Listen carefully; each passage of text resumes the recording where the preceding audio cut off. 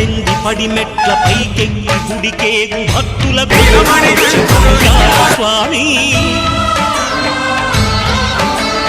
ఇరుముడులు స్పృశించి శుభమును దీవించి జన బృందముల చేర జగ